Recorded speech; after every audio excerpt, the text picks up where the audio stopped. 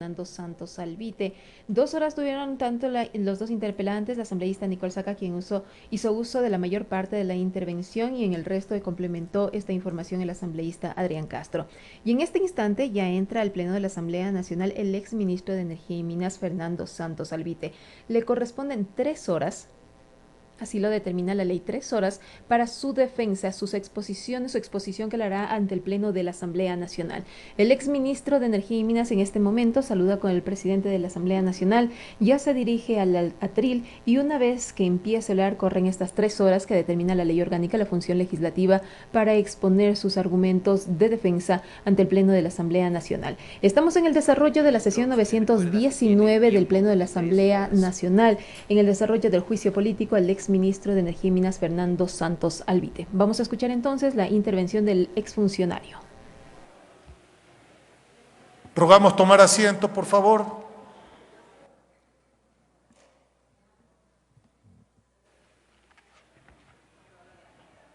Proceda, exministro Santos Albite, por favor.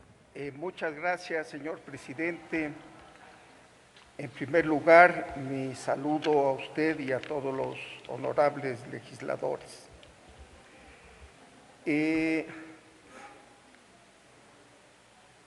Me preocupa un poco el escuchar a los interpelantes, porque veo que no tienen conciencia, y con todo respeto, del enorme problema que está el país atravesando en el sector eléctrico. Esto me recuerda la lección histórica que en el mes de abril de 1453, cuando los turcos estaban bombardeando las murallas de Constantinopla, el Senado de Constantinopla discutía si los ángeles eran de sexo masculino o femenino. Problemas pequeños, problemas de ese rato. La crisis del sector eléctrico ecuatoriano es tremendamente grave. Lo insisto y lo resalto. Puede resultar en un colapso de años. Hace poco tuve el mal rato de que por problemas climáticos, por problemas burocráticos, tuvimos durante un par de semanas que cortar la energía 2-3 horas máximo, avisando con tiempo. Hoy se están cortando 8 horas y no se avisa con tiempo. Se me ha acusado por parte de una honorable legisladora del gobierno de un montón de cosas. No hago caso, no son ciertas. ¿Qué dirá de la ministra de su propio gobierno, que el señor presidente de la República la declaró traidora a la patria por tratar de destruir el complejo más importante de generación eléctrica, que es el Pauti? No hay que escupir al cielo, señora legisladora. El problema eléctrico viene de muchos años, pero quisiera, para organizar mi exposición, primero puntualizar un tema jurídico que tengo que dejarlo sentado. Si se puede poner en la presentación la primera lámina, por favor. Autorizo que se ponga la presentación, por favor, Gracias, señor secretario. Está autorizado, señor presidente. Ya. Este juicio, señor presidente, con todo respeto a usted y a los señores legisladores, es ilegal. porque se me está juzgando por segunda vez. La señora interpelante pidió el juicio pocos días después de que yo fui posesionado ministro en octubre del 2022. Se siguió el procedimiento, el CAL lo aprobó, fue a la comisión técnica, volvió y de ahí fue a la comisión de fiscalización. En el mes de diciembre, el día 11 de diciembre del 2023, se llamó a gente, expertos, se me llamó a mí y fui con todo gusto. De acuerdo al artículo 80 de la Ley Orgánica de la Función Legislativa, la Comisión de Fiscalización tenía 5 días para calificar el juicio, abocar conocimiento y decir, ¿lo archivo o procede?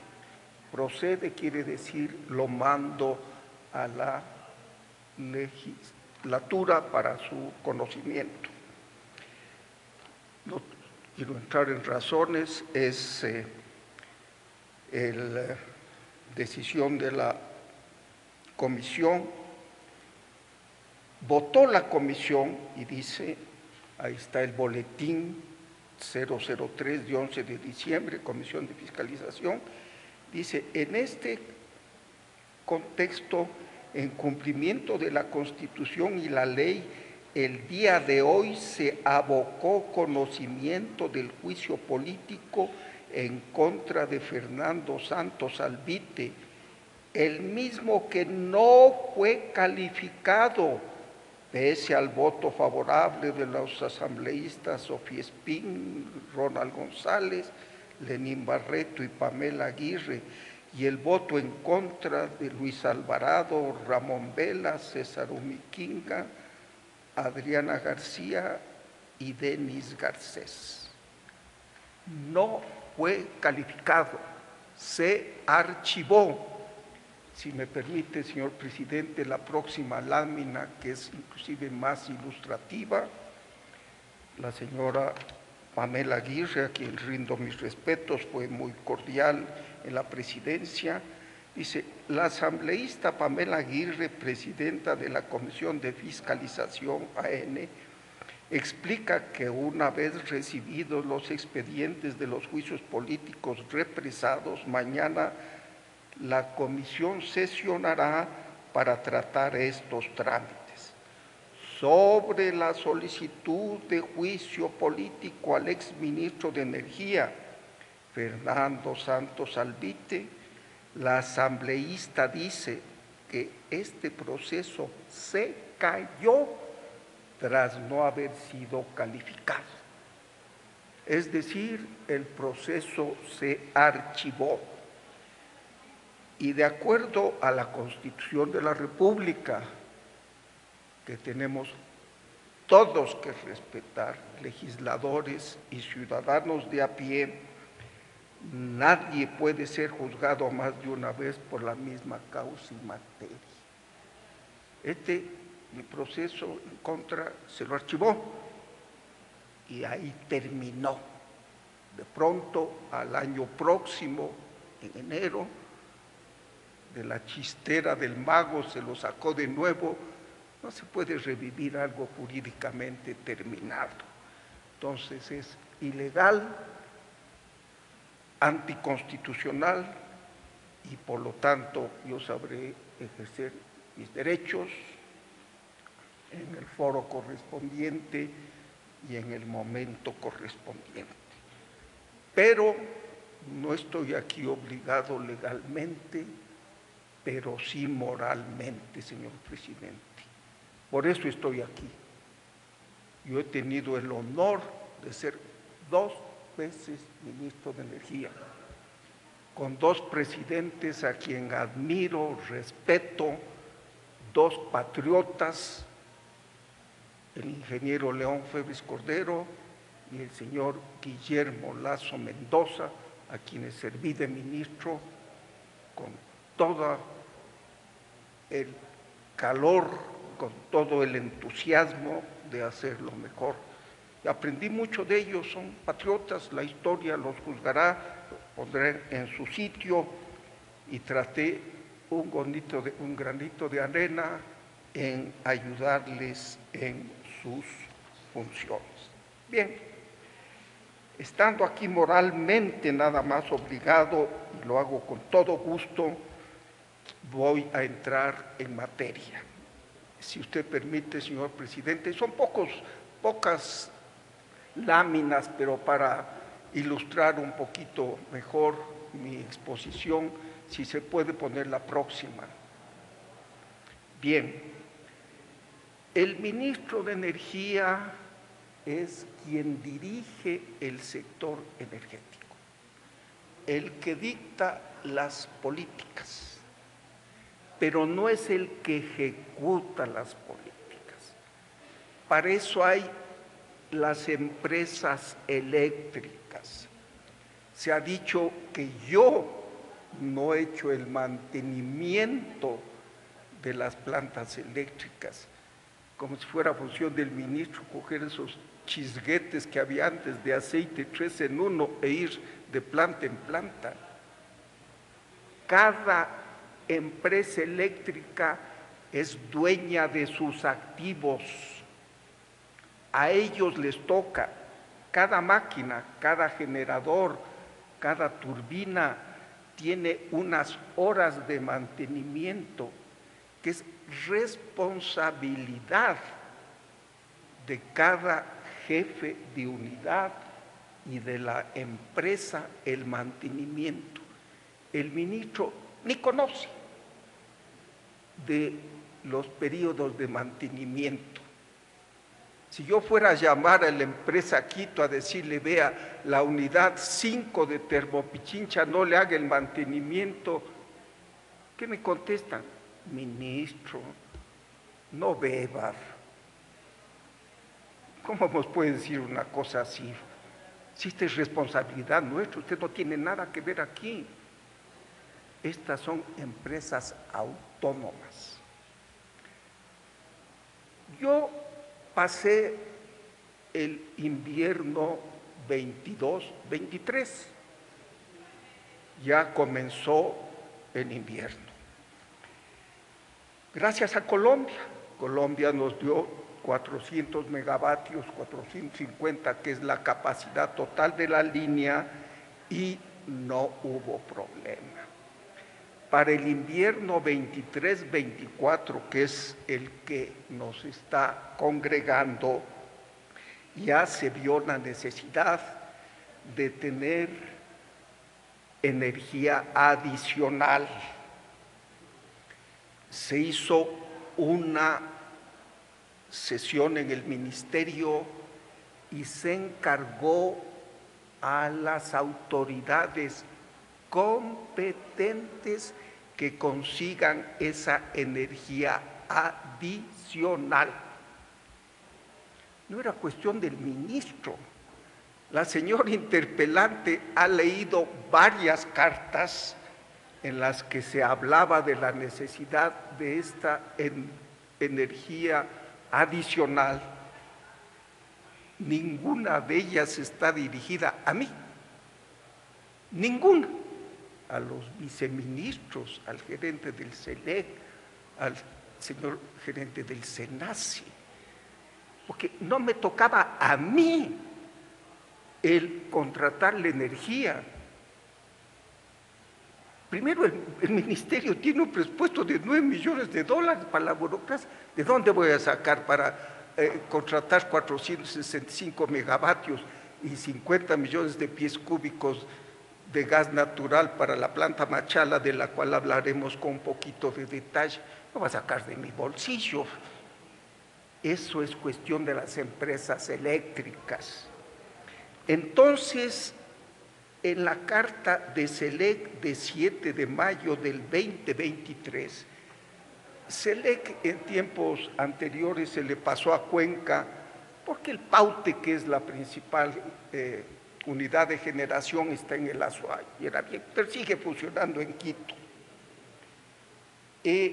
Se dice, el gerente de SELEC manda una carta a los miembros del directorio de SELEC. En ese tiempo, el presidente de EMCO era el presidente del directorio, yo era un miembro, y también el secretario nacional de planificación,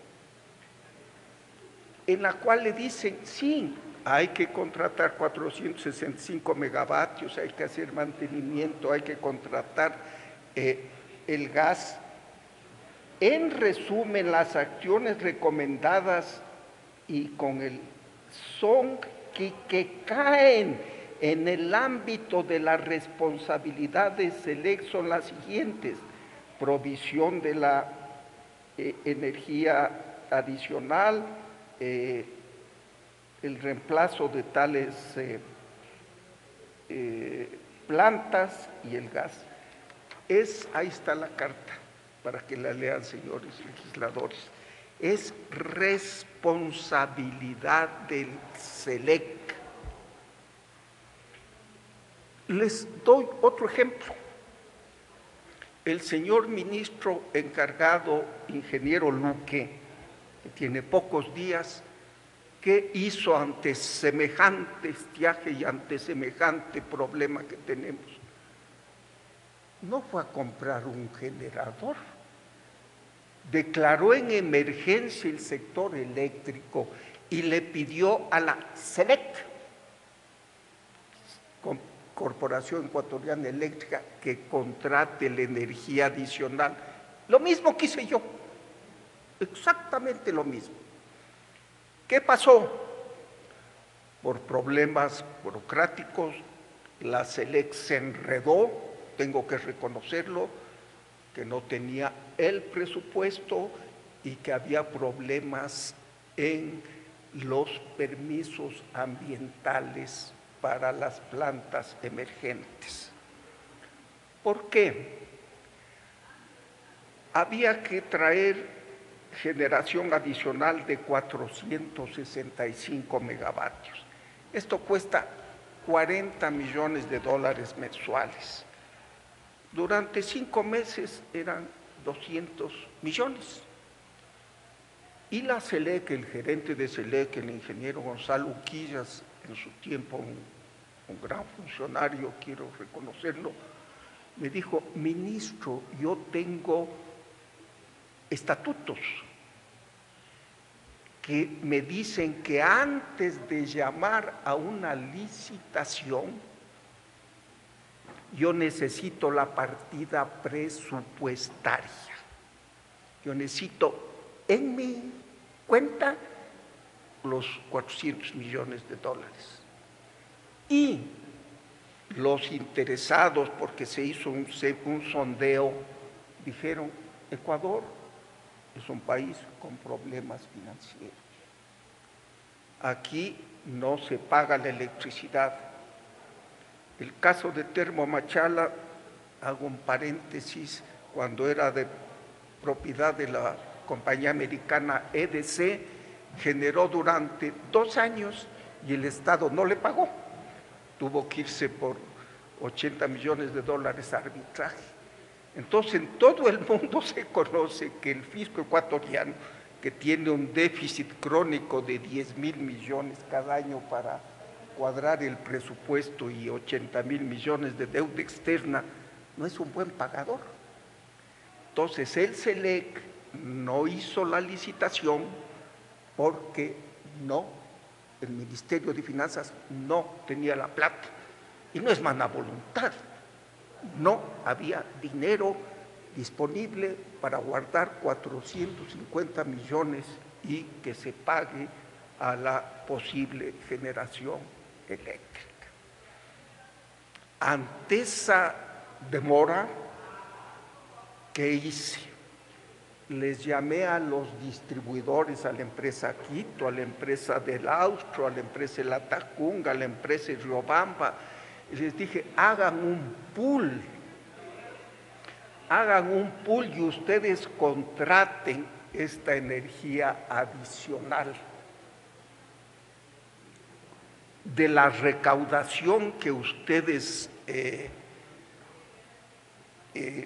les ingresa, contraten esta energía adicional, por favor.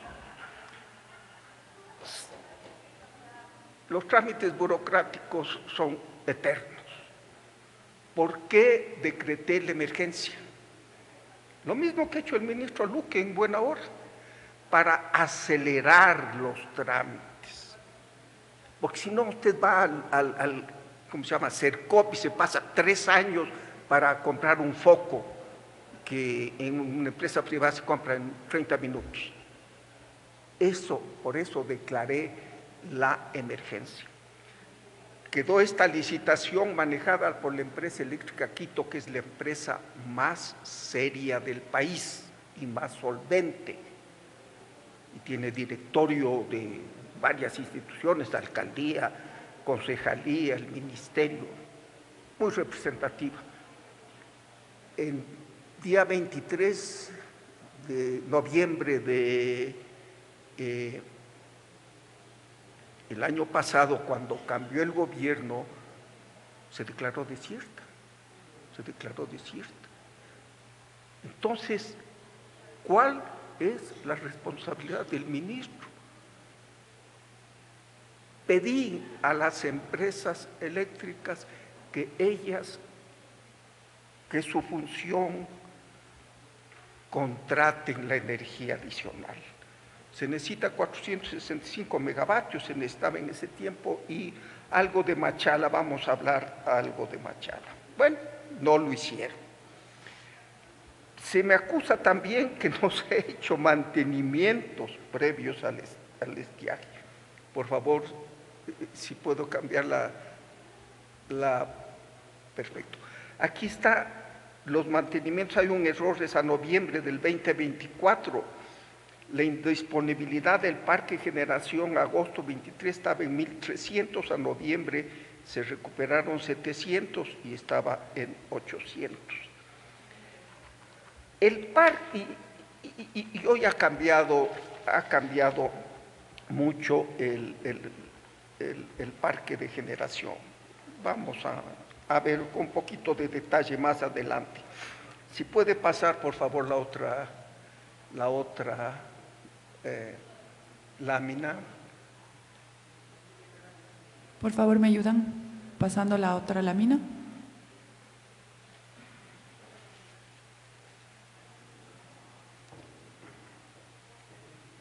Bien, se me acusa de que he parado la generación. Tengo el orgullo, con el equipo del ministerio, de que fui quizás en la historia uno de los ministros que más generación autorizó. 1.000 megavatios autoricé para que se instalen plantas de generación. No son proyectos que yo los inicié. Cuando yo llegué al ministerio a fines del 2022, encontré que tenían en sus escritorios, en sus carpetas, la burocracia represado un montón de proyectos, porque ya vamos al problema principal que no se ha hablado en este ilustre recinto. ¿Cuál es el problema? El problema del sector eléctrico se llama estatismo. Es un monopolio del Estado que ya se agotó. Bien, hablaremos de eso en unos minutos. Yo cuando llegué encontré el proyecto El Aromo, que es en la fallida refinería El Pacífico, fotovoltaico, 200 megavatios. Una inversión de 140 millones. Villonaco, un proyecto eólico, en Loja, 110 megavatios. Conolopus, un proyecto pequeño de 15 megavatios fotovoltaico en la isla Santa Cruz, en las Galápagos. Comenzaré por este proyecto. Cuando yo lo encontré en el 22 ya tenía 4 años en trámite y no le daban trámite. Yo pregunté, ¿por qué no le dan trámite? Me dicen, es que es energía muy cara, 40 centavos el megavatio hora. Les digo, pero si es en una isla de Galápagos, un patrimonio de la humanidad que necesita de estas energías fotovoltaicas. No, es caro. ¿Y qué les importa, señores burócratas, si los señores de Galápagos quieren que se haga este proyecto? ¿Saben qué intereses había? Ustedes han leído la prensa internacional que dice las Galápagos es la gasolinera del narcotráfico. Todas las semanas se encuentran lanchas con droga y esas lanchas necesitan combustible y mucha gente lleva el combustible. Entonces, para las plantas eléctricas, no me extrañaría que tras ese obstáculo, esas demoras, haya habido este tipo de intereses. Dije, se lo hace porque se lo hace. Y se firmó. Es un proyecto que le va a poner al Ecuador a la vanguardia del mundo, porque es un proyecto fotovoltaico con una particularidad. En el día hay luz, se genera, pero se la usa en la noche, ¿verdad? Este proyecto va a combinar la generación con el almacenamiento.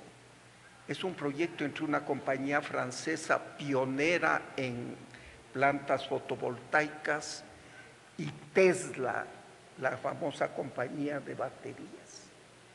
Este es un proyecto que le va a poner al Ecuador en número 1 en energías renovables utilizando el almacenamiento. Y estuvo 4 años parado, 4 años parado.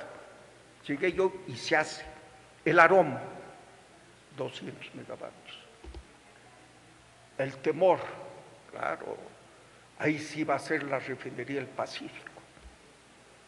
Un atraco, 1.500 millones de dólares se robaron. Yo sé como petrolero, pero es un atraco que lo inició Venezuela, ¿verdad? Hay que ser justos en la vida. El presidente Chávez, al principio, cuando fue electo, 1999, 2000, con sus planes imperiales y con buen sentido, ¿verdad? Dijo, China se está despertando y va a ser un gran consumidor de energía. Casolini dice, yo le voy a vender. Pero Venezuela queda en el Caribe, en el Atlántico, y llevar productos venezolanos, porque el Caribe, bordear África, ir a la China es muy lejos. Y pensó en su aliado, el Ecuador. Era un aliado. Y dijo, muy bien, voy a hacer una refinería en el Ecuador. Obviamente tenía que contar con los ecuatorianos y se hizo la famosa refinería del Pacífico, PDVSA, Petróleos de Venezuela y Petroecuador. Corrupción desde el principio, no quiero entrar, no me gusta, la fiscalía. Se pelearon los socios, los venezolanos se llevaron los planos porque eran planos de ellos. Aquí se continuó, se apalanó un terreno, 1.500 millones de dólares, que no sirven para nada, no sirven para nada. Y nadie en el universo va a poner un centavo en ese sitio para hacer una refinería. Nadie, porque es el peor sitio del mundo. Está lejos del oleoducto, no tiene puerto. Una refinería necesita un puerto. haga pues un puerto petrolero en Manta, que es la capital del atún. Va a destruir a la industria del atún porque siempre hay derrames. Y el costo, además, ambientalmente, no tuvo permiso ambiental. En Esmeraldas, que hay una refinería, el viento corre de tierra hacia el mar, siempre salen residuos por las chimeneas de una refinería. Haga en Manta, el viento es del mar hacia la ciudad. Van a envenenar a la ciudad, Manta no dejaría. Bueno, no sirve para nada este terreno. Unos señores españoles, expertos en energías alternativas, pidieron un pedacito, lo que se llama la relavera, ni siquiera en la pista esa donde aterrizan aviones que dicen que vienen de Sinaloa, ¿verdad? Un pedacito, la relavera. Y les tenían parado 3 años el proyecto, 3 años el proyecto. Legisladores de Manabí decían, no, van a perturbar la refinería del Pacífico. Nunca se va a hacer esta refinería. Y al fin dije, denles el permiso, y se les dio y se les adjudicó y firmé este contrato. Firmé con testigo el señor presidente Lasso, entusiasta en el proyecto, porque en esa refinería, en ese terreno ya está aplanado ahí, puede hacerse 10 plantas más. Alguien me preguntaba que no, que la luminosidad más al sur, ahí en Vallenita, en La Libertad es mayor. Por supuesto que es mayor. Pero un terreno en la refinería del Pacífico, ¿qué vale? $5,000 la hectárea. ¿Cuánto vale un metro en Vallenita o estos balnearios de lujo? 50 veces, 30 veces más. Entonces, también se necesitan grandes extensiones con un precio asequible. Ahí está una posibilidad para el país. Villonaco, un proyecto eólico en Loja, 4 años parado. Uno de los problemas. La compañía constructora es la famosa compañía Cobra. Cobra es una compañía española de propiedad del señor Florentino Pérez, es famoso porque es dueño del equipo Real Madrid, pero hace pocos meses vendió las acciones. Cobra ya no es del señor Pérez, es de una compañía francesa. Esta compañía francesa es de propiedad 100% de un fondo de inversión que se llama BlackRock. Yo le pregunté, vino un señor de BlackRock a visitarme y me dijo, ¿usted ha oído de mi compañía? Le digo, por supuesto, BlackRock es un fondo de inversión muy grande. Me dijo, ¿usted tiene una idea de lo grande que somos? Le dije, bueno, muy grandes, como un banco. Me dijo, ministro,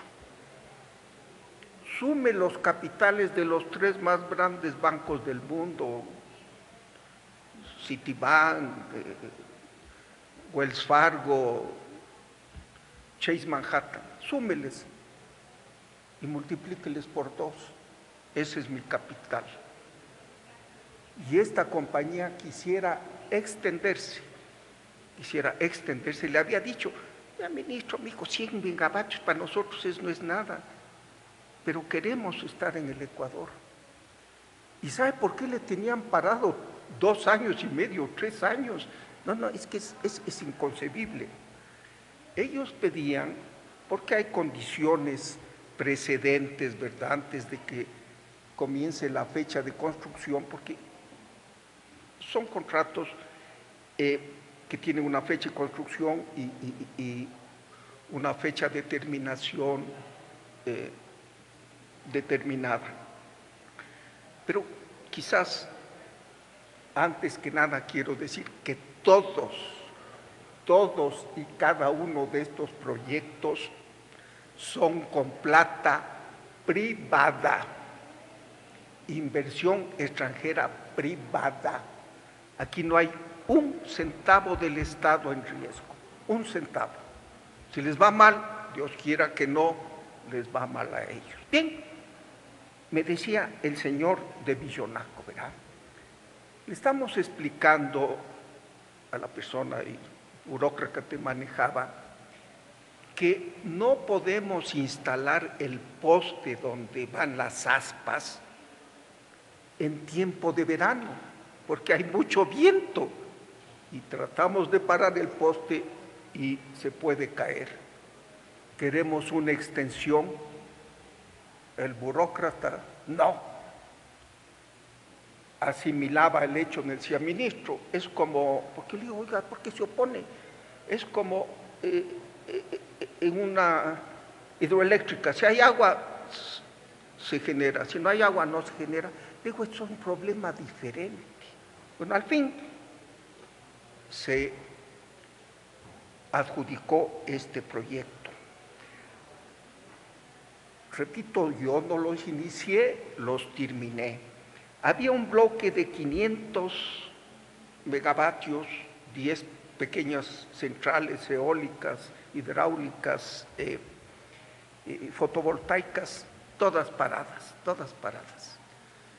Una de ellas con inversionistas ecuatorianos, San Jacinto, inversionistas de la SUAY, gente muy respetable, vinieron a quejarse. Dicen, vea, ministro, nos quieren descalificar. Dice, hemos invertido algunos millones, no somos gente rica, somos emprendedores, tenemos mucha experiencia, hemos trabajado desde el Paute con los italianos, nos quieren descalificar. Le dije, ¿por qué? Dice, porque verá, las bases dicen que debemos tener un socio técnico y tenemos dos, conseguimos 2 socios técnicos financieros. Le digo, pero para mi humilde saber y entender es mejor tener 2 socios técnicos que uno. Pero vino el burócrata, las bases dicen uno. Le dije, ¿usted me autoriza o se me larga? Ese es el problema que tiene la burocracia. Tiene temor de hacer las cosas, que la Contraloría. Yo les decía, señores, aquí no hay un centavo en riesgo del Estado, un centavo. Vamos a ver cómo le ha ido el Estado en sus plantas hidroeléctricas. Y se firmaron, y es la famosa Energy Kill, que la señora interpelante habló. ¿Qué es Energy Kill? En tiempo del arquitecto Sixto Durán Ballén, también hubo una sequía fuerte. Y los sectores privados de Quito y Guayaquil pusieron plantas Electroquito y Electroguayaquil. Después, cuando el Estado hizo inmensas plantas hidroeléctricas, ya no era rentable plantas térmicas y se vendieron los equipos. Pero tenían las líneas de transmisión listas. Lo único que se habían llevado eran las turbinas, las líneas de transmisión, el sitio, el permiso ambiental, porque les soy sincero, a veces es más fácil que baje una estrella del cielo y uno le dé la mano al habitante a conseguir un permiso ambiental. Qué difícil, todo el mundo se opone. Entonces tenían el permiso, las líneas de transmisión, la plata. Ellos iban a poner la plata y dijeron, ministro, queremos en esta carestía de energía poner 200 megavatios con nuestra plata. Perfecto, les dije, perfecto. Obviamente, les dije, señores, se va a demorar las turbinas, háganle un favor al país. Traigan una chiquita, por lo menos de unos 50 megavatios, provisionalmente. Me dijeron, vamos a hacer lo posible, ministro. 50 megavatios son 50 millones de dólares, no es plata para comprar un café. Dije, no, vamos a hacer un esfuerzo, no le prometemos. Entonces yo dije eso en la comisión, que de buena voluntad querían poner los 50 megavatios. Se me acusa. El contrato dice 200. Y usted dije 50, por supuesto. Era una promesa que lamentablemente no la pudieron cumplir. ¿Y saben qué pasa con este contrato? Hay una que se llama la Agencia de Regulación y Control, paralela al Ministerio, independiente, tiene que nombrar un administrador del contrato. No lo ha nombrado, 5 meses no lo ha nombrado. Sin administrador no pueden dar el primer paso. Pero están 1000 megavatios, que los rescaté del último cajón de los escritorios de ciertos burócratas. Y se me acusa de contratos de última hora. Por supuesto, los interesados me pusieron la mano. Por favor, se han demorado tanto estos contratos, ministro, ayúdenos, fírmelos. Yo hablé con el presidente Lasso, por supuesto, es que era un patriota, me dijo, Fernando, yo soy presidente hasta el último día y yo soy testigo de estos contratos, un hombre de bien, un hombre de valor. Y ahí están, y no se ha hecho nada. Ojalá se haga algo. Así es que no hice nada. 1000 megavatios es, me enorgullezco. Adelante, por favor.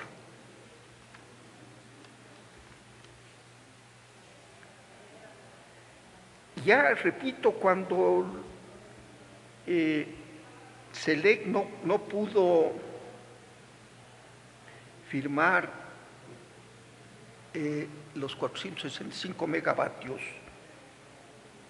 le pedí a la empresa eléctrica Quito y a las demás, hice este acuerdo de emergencia que ya expliqué. La siguiente, por favor. Algunas acciones. Iniciamos el proceso por parte de Electroquito de generación de 465.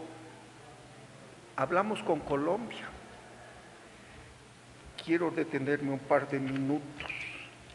Estando quizás en vísperas del estiaje, agosto, julio, me llamó el ministro de Energía de Colombia, que siempre nos vendía, ¿no? Y me dijo, ministro Santos, quiero decirle algo antes de firmar un acuerdo ministerial. Ya no le vamos a vender energía proveniente de plantas hidroeléctricas, que es energía barata porque el combustible es el agua. Vamos a tener que venderle energía proveniente de plantas termoeléctricas, que es más cara. Le dije, ¿por qué?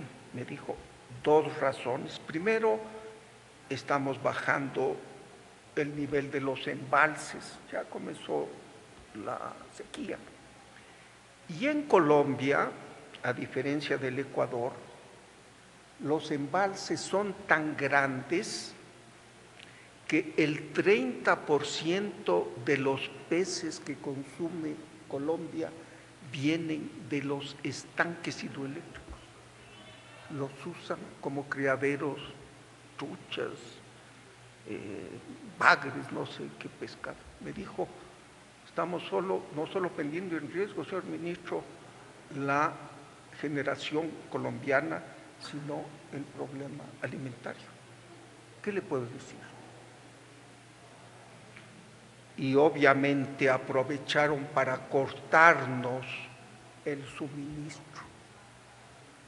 Yo le llamé al presidente Lasso y le dije, señor presidente, vamos a hablar con el presidente Petro para asegurar la energía que necesitamos.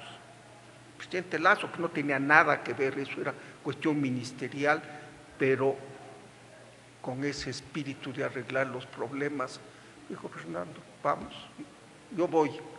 Hablamos con el presidente Petro, me dio una gran impresión, yo soy un hombre más bien de centro derecha, Me dio una gran impresión. Un hombre que estaba al tanto de todo, tenía un lápiz en la mano, anotaba cada planta, cuánto genera. Dijo, ahí estaban sus ministros, ¿no? Y no, les dijo, señores, busquen de donde sea para ayudarle al pueblo ecuatoriano y al hermano presidente Lazo. Ante la orden del presidente, creo que activaron. Ellos tienen una gran cantidad de plantas, ¿no?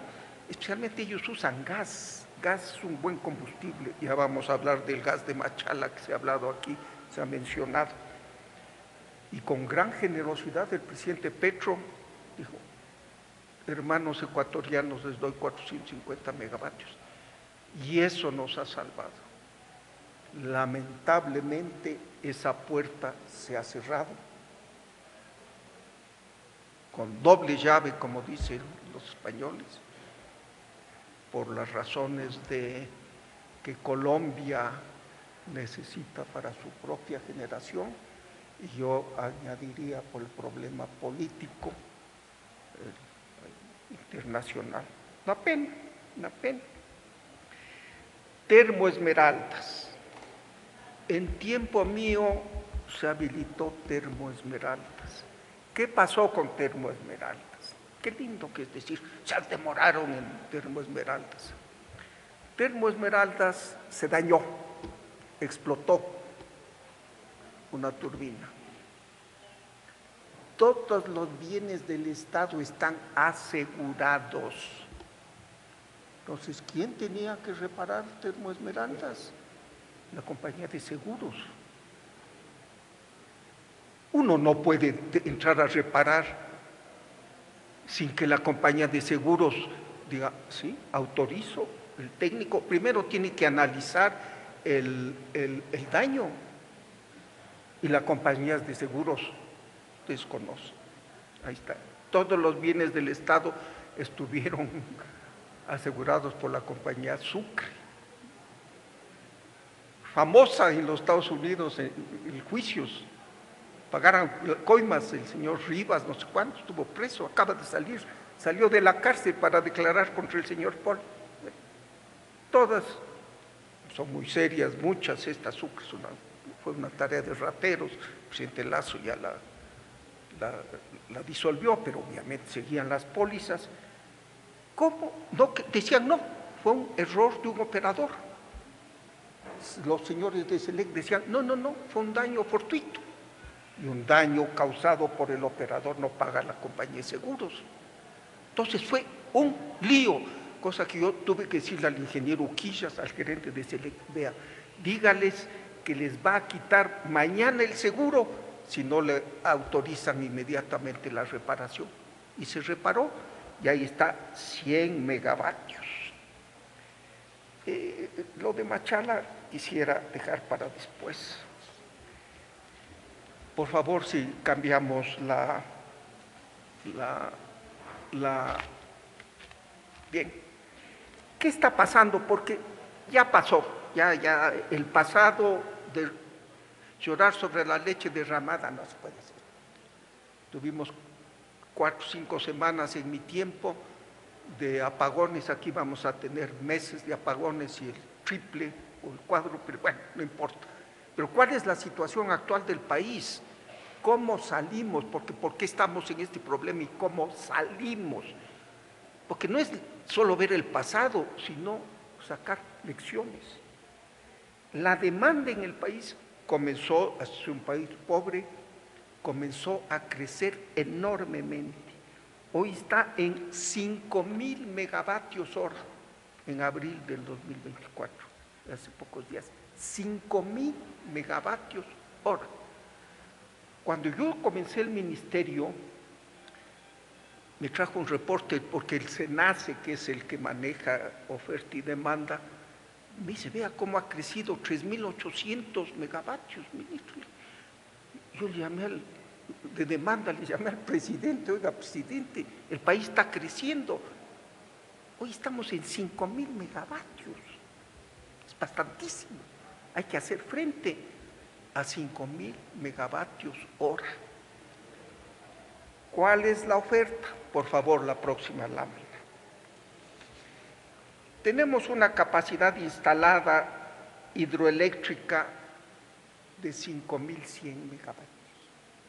O sea, si lloviendo todo el día y las plantas rebosantes, nos reiríamos 5.100 megavatios, solo con hidráulica satisfacemos la demanda. Eso es un gran logro, un gran logro, hay que reconocerlo. Que el 100% de la demanda esté cubierta por una energía alternativa como es el agua, hay que estar orgulloso. El problema es que no llueve 365 días al año, llueve 6 meses nada más. Tenemos una capacidad instalada termoeléctrica de 1.700 y operativa de 1.100. Hay unos 500, 600 que o no se pueden reparar porque son plantas de 40 años o Termomachala que no opera y vamos a hablar. Lindo, tenemos un 20, 15, 1.200 megavatios de superávit cuando llueve todo el día. En abril bajó 2.000 megavatios menos de generación hidráulica. De los 5.000, solo tuvimos agua para 3.000. Entonces, el 1.000 de déficit por una simple operación algebraica, el 1.000 de exceso se convierte en 1.000 de déficit. Incubrible, incubrible. Eso tenemos que ver cómo solucionar. 1.000 megavatios, lo ha dicho el ministro, obviamente van a ser menos cuando llueva, pero deja de llover y volvemos a este déficit de los 1.000 megavatios. Y ahí viene el famoso sector, el plan maestro de electrificación. Por favor, si le puede cambiar la próxima planta. El plan maestro de electrificación me recuerda a los planes quinquenales de los países comunistas. En 5 años el consumo de mantequilla era de 1 kilogramo por persona a 5 kilogramos, el de carne de 2 kilogramos al día a 20 kilogramos. Se pasaron, ¿cuánto duró el comunismo en Rusia? 70 años, 15 planes, estuvieron peor que al principio. Son hechos por la burocracia sin contexto con la realidad. Como si el mundo, el país tuviera toda la plata del mundo para hacer estos proyectos, porque es monopolio del Estado, ¿verdad? Vamos, para el 23, que yo era ministro, debería ponerse el proyecto Maravilla, haber funcionado, nunca he oído, soy sincero, Yayuriquín, es la segunda parte del Toachi Pilatón. Esta planta tiene 12 años de atraso, 12 años. Juicios, están peleando chinos, rusos, están peleando con el INESEL. Está parada, está mal hecha. El túnel que conduce el agua del reservorio del río a las turbinas está mal hecho. Tiene goteras, se va el agua por ahí. Se le pidió al cuerpo de ingenieros que por favor repare eso. 12 años de atraso. Y los rusos tienen, 2 rusos han estado ahí, primero unos chinos, luego Interrao y hoy unos terceros rusos. Ya pidieron 60 millones más y 1 año más de plazo. Este está en juicio. Un ministro, ¿qué le puedo decir al CELEC? Vaya y, perdón la expresión, póngale una pistola al juez y que dé la sentencia. No, son jueces independientes. está atrasado. En el 2024 debería el Aromo, Villonaco, Magdalena, Machala Gas 2 y Machala Gas 3. Bien, vamos un par de minutos a hablar de la famosa Machala que necesita el gas.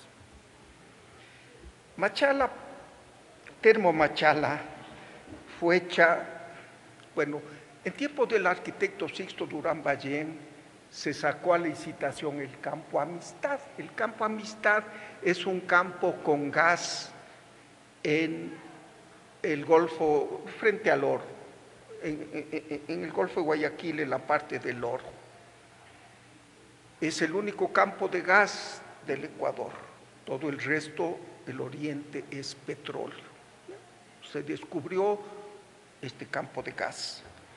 La compañía Machala Power, EDC, Energy Development Corporation, que hoy es parte de Chevron, muy grande, muy seria, cuando descubrió el gas, dijo, ¿qué se puede hacer con el gas?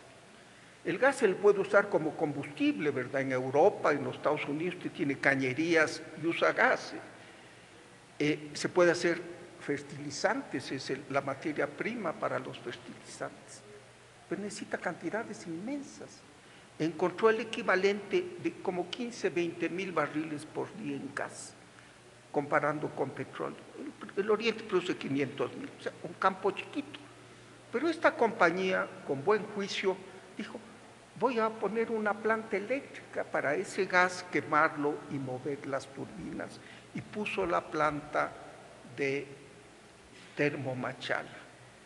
Son 130 megavatios que se mueven con gas.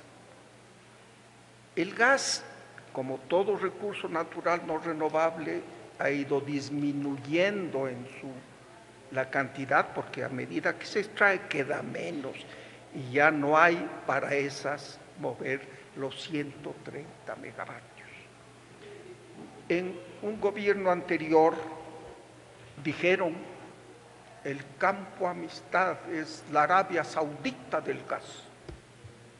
Vamos a perforar más y encontrar más gas. Y por el lado de la exploración vamos a buscar y encontrar más gas. Y como vamos a encontrar más gas, así como el cuento de la lechera, ¿verdad? Voy a vender el litro de leche y de ahí compro una taza y la taza le vendo al triple, me compro una botella de whisky, de ahí me compro un carro, no, cuento de la lechera.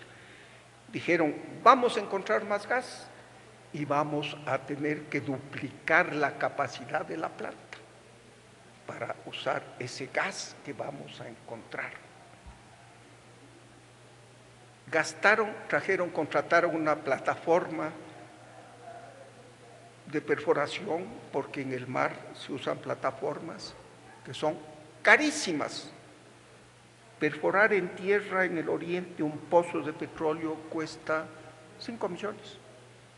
Perforar un pozo en mar afuera cuesta 40 millones. Contrataron una plataforma en Egipto. Al llegar a Gibraltar se dañó. Hubo que traer otra plataforma de Estados Unidos. No llegaba a la capa donde estaba el gas. Se botaron 400 millones de dólares al agua, literalmente.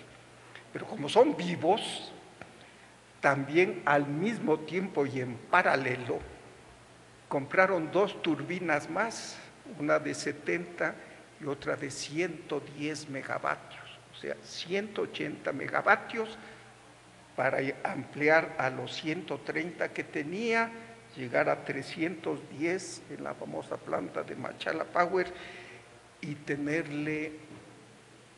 moverle con gas. No hay gas ni para 60. Es más, me río porque es inconcebible, ¿no? Se pelearon con los rusos que hicieron la planta, que pusieron los equipos de los 180 megavatios. Se pelearon y los rusos se fueron.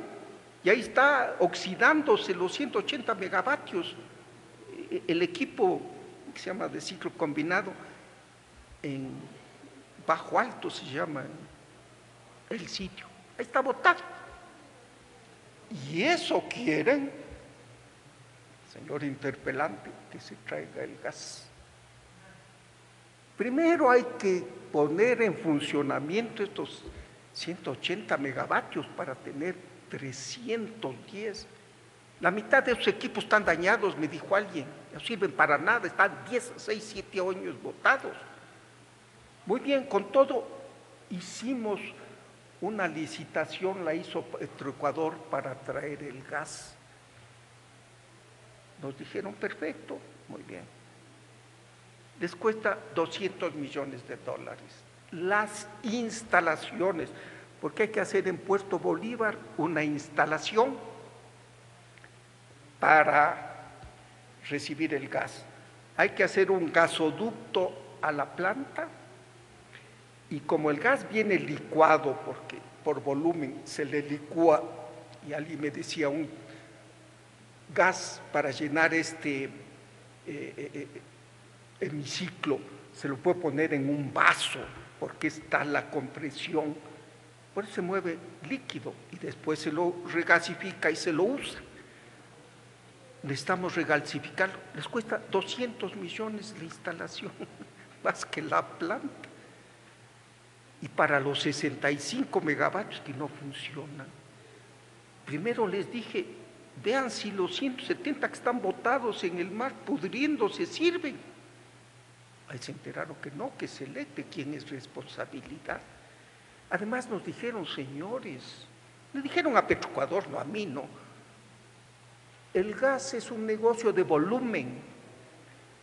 Por la guerra de Ucrania, Rusia, que tenía 2 gasoductos inmensos a Europa, que suplían 40% de las necesidades del gas de Europa, cortó esos gasoductos, les cortó, les cerró.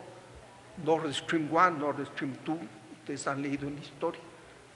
Y Europa tiene que importar de los Estados Unidos. China importa gas, India importa gas. Unos barcos, yo he estado en la extensión del canal de Panamá, de millones de pies cúbicos, billones de pies cúbicos. Y aquí literalmente era como traer 3 botellas de whisky comparados con un barco de gas. No es interesante para el Ecuador. ¿Cuál es la solución, señores? ¿Cuál es la solución?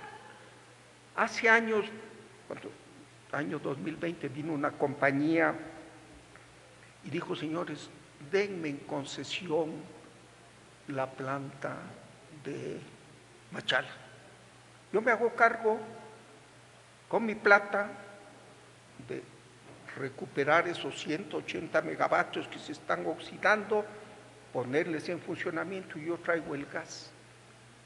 Esa es la única solución, porque el Estado gastar cientos de millones de dólares no los tiene, no los tiene. Bien. Este plan de desarrollo dice bloque energías renovables 2, bloque energías renovables 3, bloque energías renovables 4. Si para el bloque 1 se han pasado 4 años, ¿usted cree que los inversionistas van a venir así?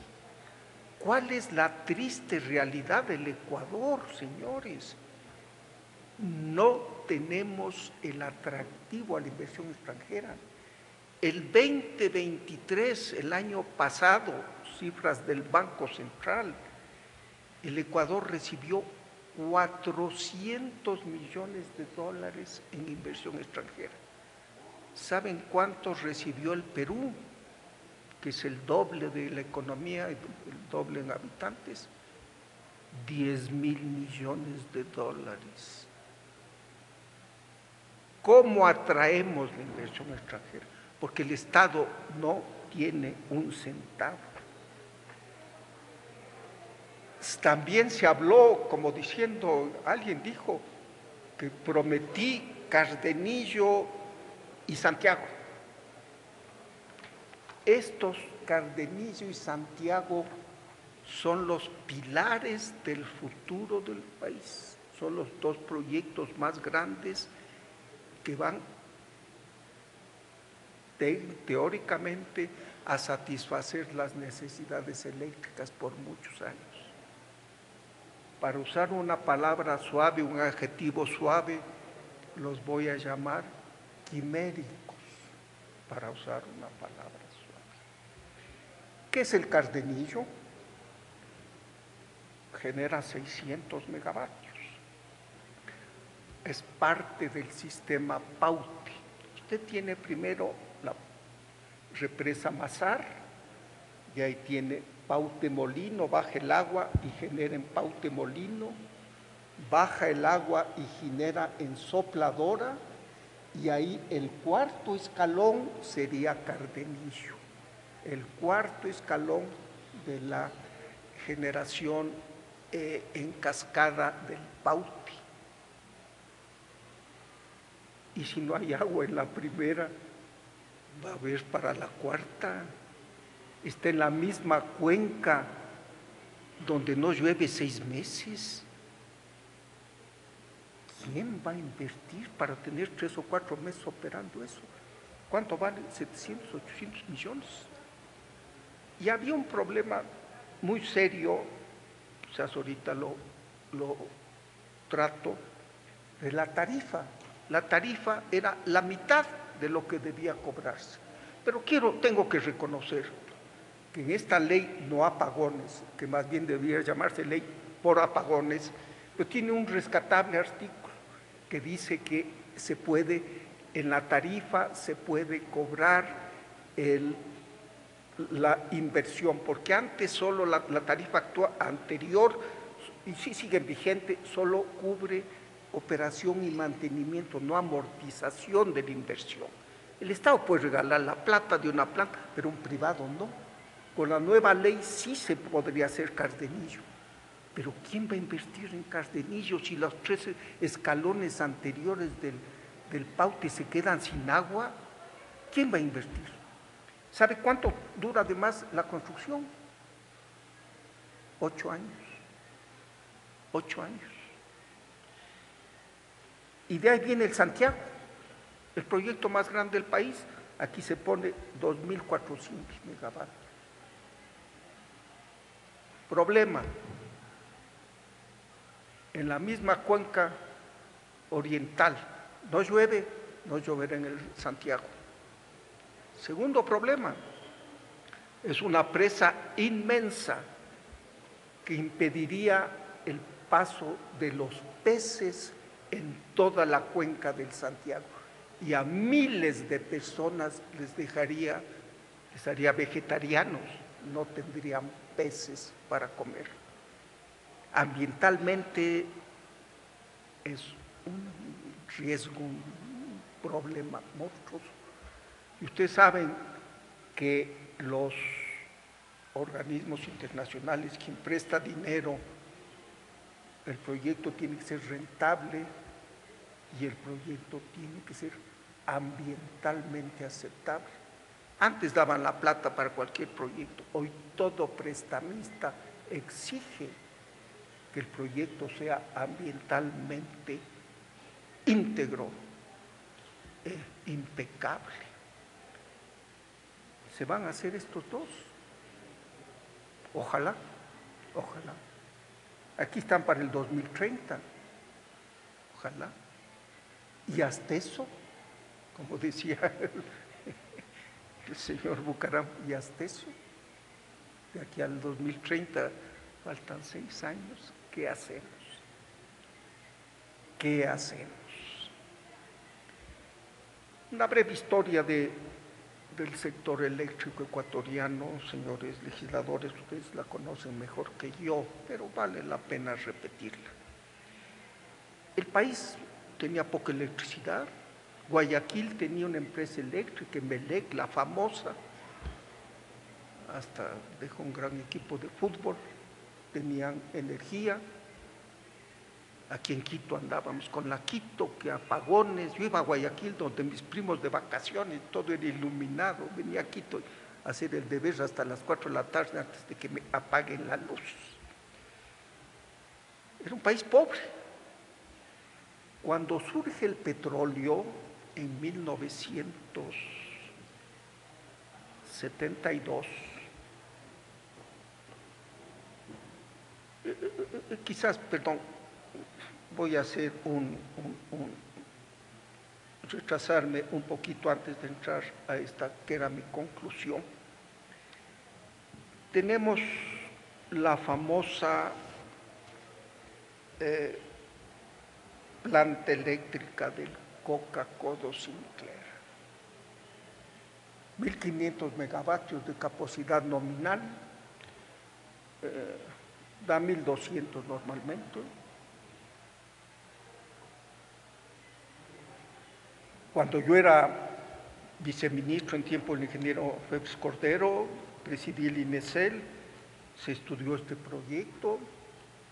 Había agua para 450 megavatios y estaba debajo del Reventador, un volcán que no es que comenzó a erupcionar ayer. Gonzalo Pizarro y Orellana, cuando fueron al Amazonas, ya lo vieron erupcionando, así es que no era una novedad, ¿no? Bueno, se decidió hacerlo. Porque se lo hizo en una época en la cual había dinero prestado por los señores chinos. Llovía la plata, les prestamos, pero hagan con nosotros. Compañías chinas, no quiero entrar geopolíticamente, es una historia que conoce todo el mundo y se la sigue discutiendo. Se hizo el Coca-Codo Sinclair. Por un problema de la calidad del acero y de la mala soldadura, los tubos que llevan el agua a las 8 turbinas tienen fisuras y cada vez se van agravando esas fisuras.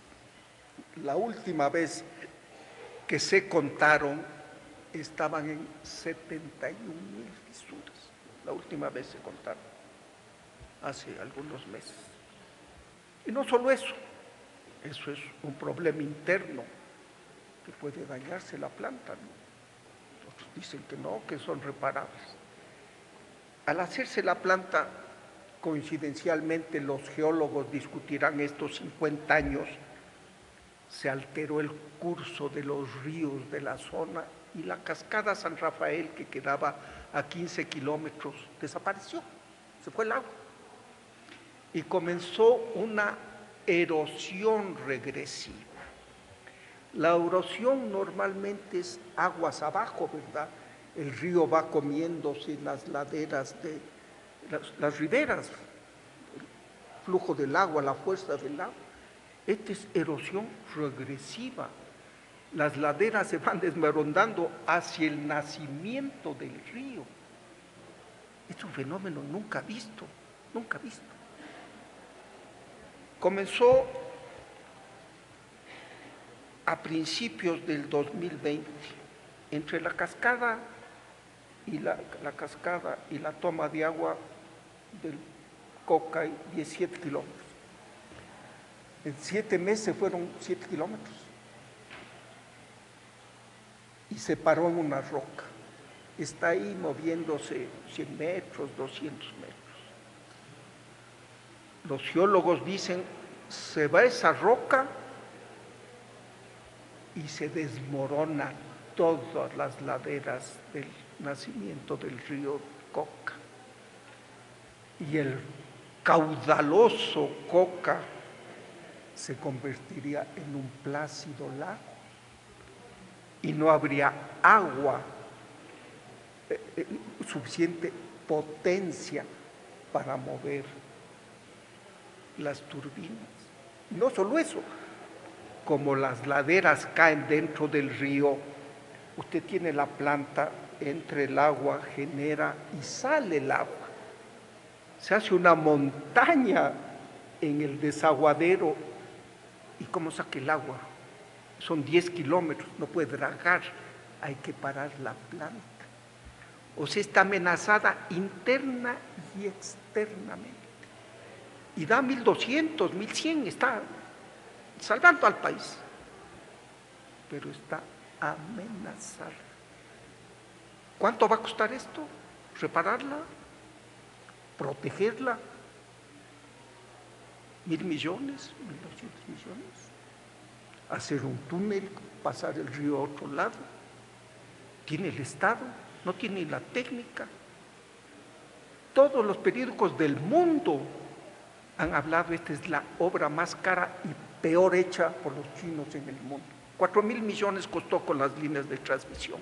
New York Times, Washington Post, France Press, todo el mundo. El mundo habla de eso, menos aquí, por supuesto.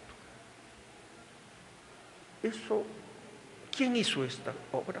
Sinohydro, que es una compañía china subsidiaria de China Power. China Power es la generadora de electricidad más grande del mundo, da energía a 1.200 millones de habitantes, con una gran cantidad que consume China. Y el prestigio está por los suelos. Ganaron alguien me contó, una licitación en Argentina. Los argentinos saltaron hasta el techo. A estos que hicieron esa obra en el Ecuador, ni de casualidad, fuera. Ganaron otra obra en Kazajstán, algunos de los países petroleros, fuera estos pésimos constructores. Pero son gente muy grande y con todo respeto dan la cara con toda frontalidad, porque los otros, los que están en el Toachi, ni se asoman. Hay una planta Quijos, que también debía estar según este Plan Nacional de Desarrollo hace el año próximo. Está 10 años parada, ya la maleza se llevó lo que había. Bueno, los señores de Power China han venido a hablar conmigo. Ministro, aquí estamos dando la cara. Denos en concesión la planta de Coca-Cola Sinclair. Nosotros lo protegemos, sabremos qué hacemos, gastaremos lo que sea, pero le protegemos esa planta. Yo dejé ya el memorándum de entendimiento. No es de firmar y coger la plata, es un proceso, hay que buscar un banco de inversión que diga flujos futuros. Ellos también dicen, hemos generado 7 años, tienen que darnos un descuento, ¿no? Problema complejo, pero es la única solución. Yo digo, a veces yo duermo plácidamente, tengo la conciencia tranquila, a veces me despierto, una explosión, digo, el Coca se fue.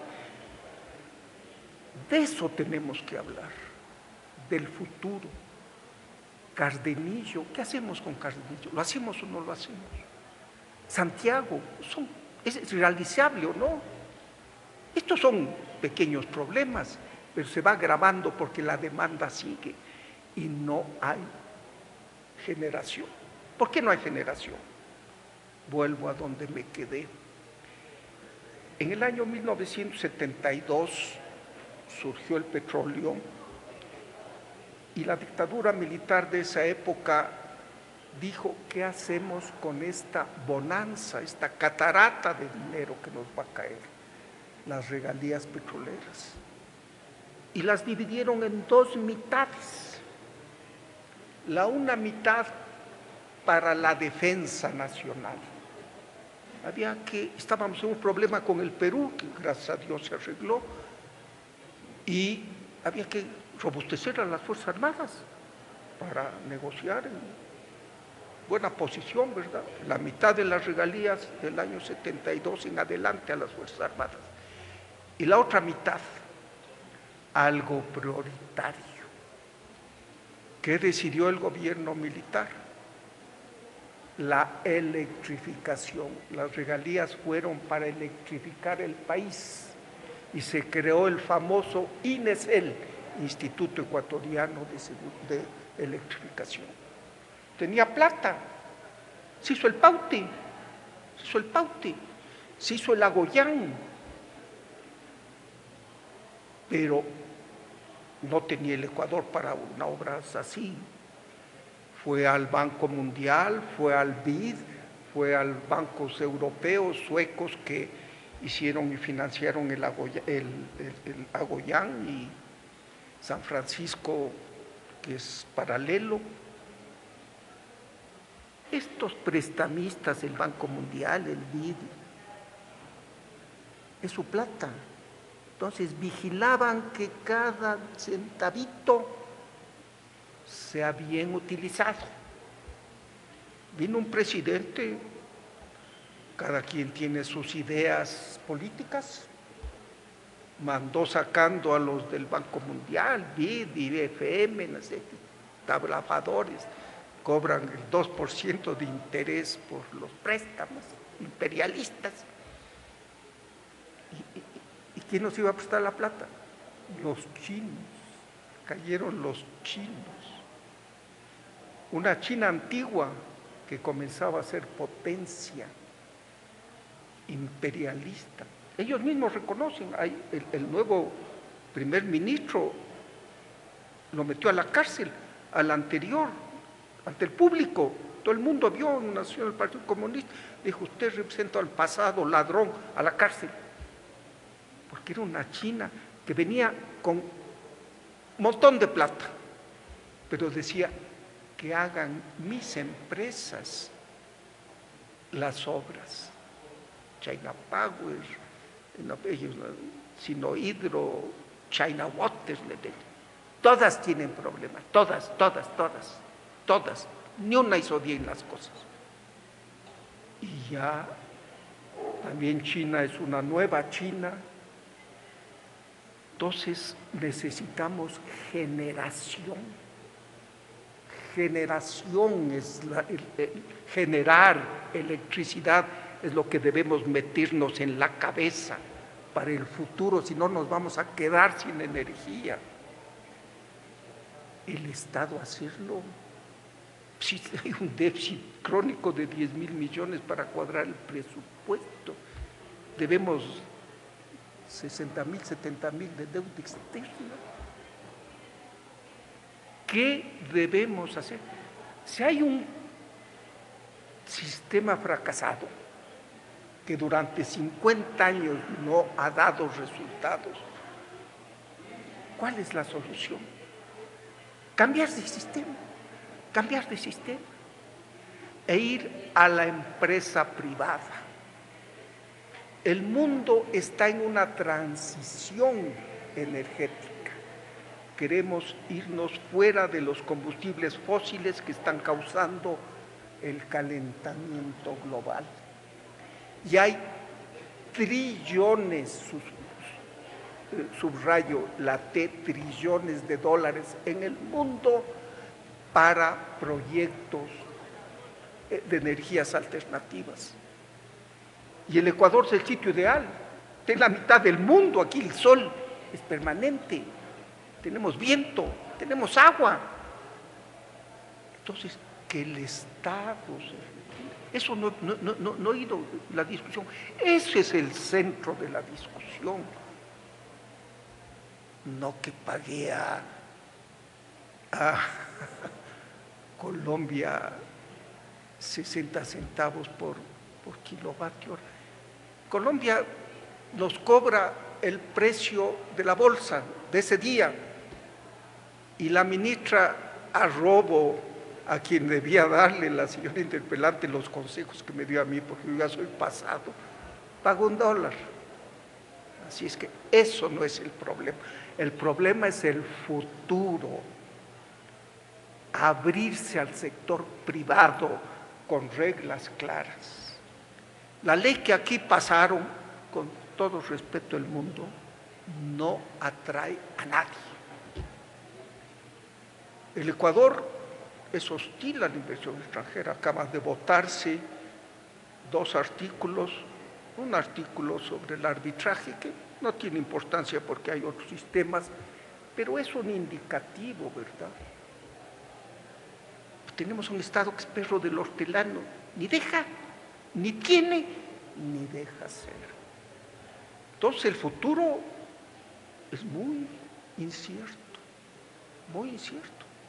Hay 1000 megavatios ahorita de déficit, serán menos, porque lloverá, pero 500 fijos, y cada año la demanda crece 300 megavatios. Hay que generar y generar. ¿Y quién lo va a hacer? El Estado. No tiene la plata, tenemos esas malas experiencias. Tenemos que abrirnos al sector privado, no queda más. Hay muchas plantas. Miren, les voy a poner un ejemplo. Hace poco, cuando era ministro, me invitó un grupo que tiene el negocio de supermercados aquí muy serio y que tiene su propia generación, porque la ley permite, si usted tiene usted es consumidor, puede poner su propia planta, ¿no? Eso sí, no es monopolio. Es una planta que se llama Due, que queda al lado del Coca, muy bonita, 60 megavatios. Le pregunté al gerente, le digo, oiga, qué bonita la planta. Sí, genera 60 megavatios. Le digo, ¿cuánto le costó? Me dice, 100 millones, ministro, porque usamos turbinas alemanas casi de platino, el mejor acero del mundo. Las mejores turbinas, nos costó 100 millones de dólares. Fui pocos días después al río Guayabamba y vi otra planta del Estado, se llama Mandariaco, que fue mencionada en el juicio del señor Poli. Igualita, 60 megavatios, ¿no? ¿Sabe cuánto costó? 230 millones de dólares. ¿Queremos más Mandariacos o queremos más Dues? Ese es ser o no ser, ¿no?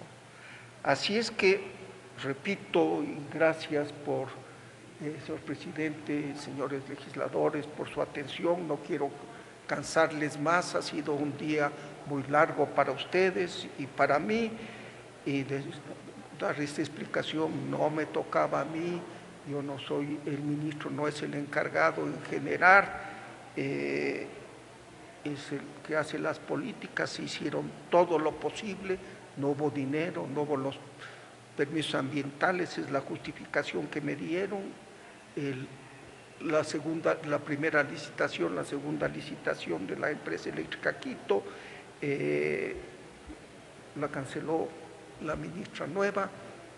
Ya no puedo responder sobre qué pase, tampoco quisiera hablar.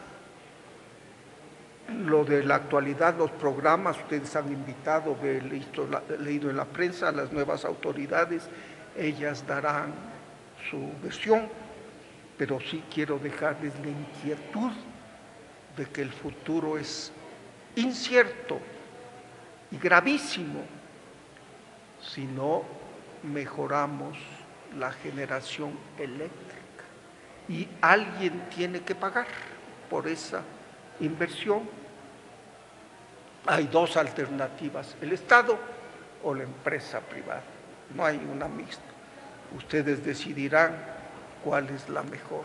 Yo ya dije mi punto de vista, señor presidente, señores legisladores, con eso concluyo. Muchas gracias por su atención.